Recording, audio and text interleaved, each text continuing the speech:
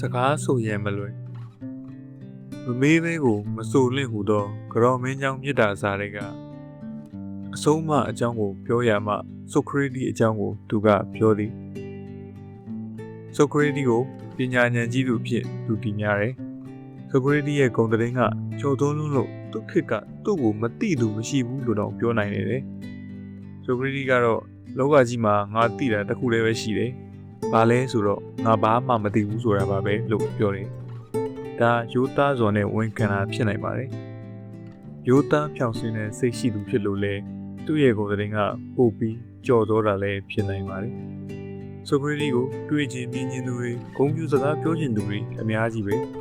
ရဝင်းမှာရှိတဲ့သူ့စကားကိုနားထောင်ချင်းသူတွေ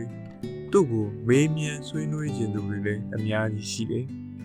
တနေ့မှာဆိုကရေတီကိုတိတ်တွေ့ချင်းမြင်ချင်းစကားဆိုချင်နေတဲ့လူရွယ်တအုပ်ဟာဆိုကရေတီရဲ့အိမ်ဘယ်မှာရှိသလဲဆိုတာကိုစုံစမ်းဖို့မြို့ကိုတက်လာတယ်လူစီကားတဲ့ဈေးကိုသွားတဲ့လမ်းတစ်ခုအရောက်မှာအဲ့ဒီလူငယ်ဟာသူ့ရှေ့ကရှောက်လာတဲ့လူကြီးတအုပ်ကိုဆိုကရေတီရဲ့အိမ်ကိုသိပါသလားလို့မေးတယ်အဲ့ဒီလူကြီးကသိပါတယ်ဆိုတဲ့သဘောနဲ့ဦးကောင်းညင်ပြတယ်တကယ်တော့အဲ့ဒီဦးကောင်းညင်ပြတဲ့လူကြီးဟာတခြားသူမဟုတ်ဘူးဆိုကရေတီကိုယ်တိုင်ပါပဲ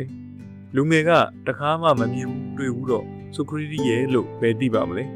ဒါနဲ့လူရဲကထပ်ပြီးကျေးဇူးပြုပြီးဆရာကြီးဆိုကရေတီအိမ်ကိုဘလို့ဘယ်လန်းကတွားရတယ်ဆိုတာညွှန်ပြပါခင်ဗျာလို့အခုညီတောင်းတယ်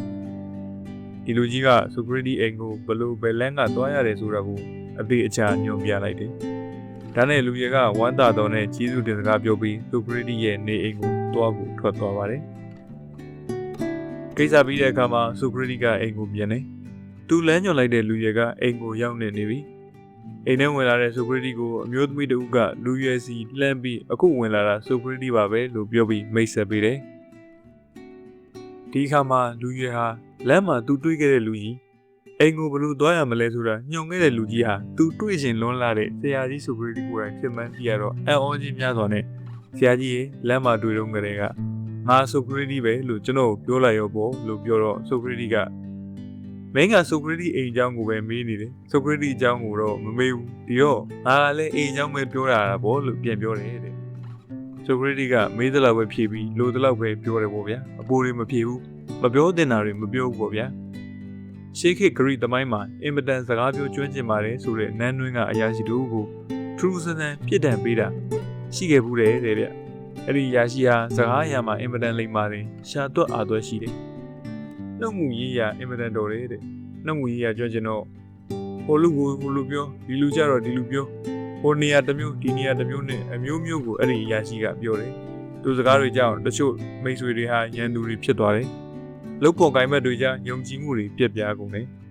အဲ့ဒီအရာရှိစကားကြောင့်လူတော်တော်များများဟာဒုက္ခတွေရောက်ကုန်ကြတယ်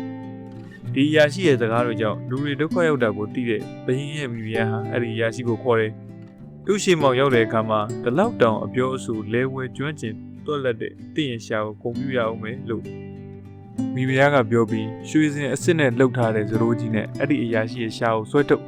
ထိုးဖောက်စိုက်ထောင်ပြီးဂုဏ်ပြုခိုင်းလိုက်တယ်။ပါဇက်ရဲ့အပြင်ဘက်မှာသွေးတန်ရဲရဲနဲ့ရွှေဇရိုးကြီးနဲ့ဖောက်ထိုးပြီးဂုဏ်ပြုထားတဲ့နေဝင်ကတကယ့်ကိုအနိဋ္ဌာယုံကြီးဖြစ်နေမှာပါဗျာ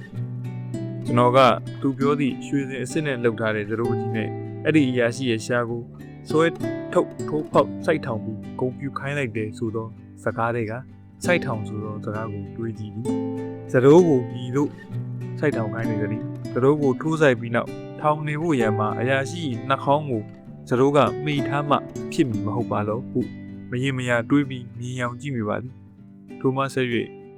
အချင်းနေအချိန်ကကြည့်ပြီးစကားတစ်ခုကိုပြောတဲ့မပြောတဲ့ရှင်းကျင်နိုင်ဖို့ပြောတဲ့နာမပြောတဲ့နာခွဲခြားသိနိုင်မှုခက်ခဲပါကလားဟုလဲတွေးမိနေပါသည်2002ခုနှစ်တောင်တာမဂ္ဂဇင်း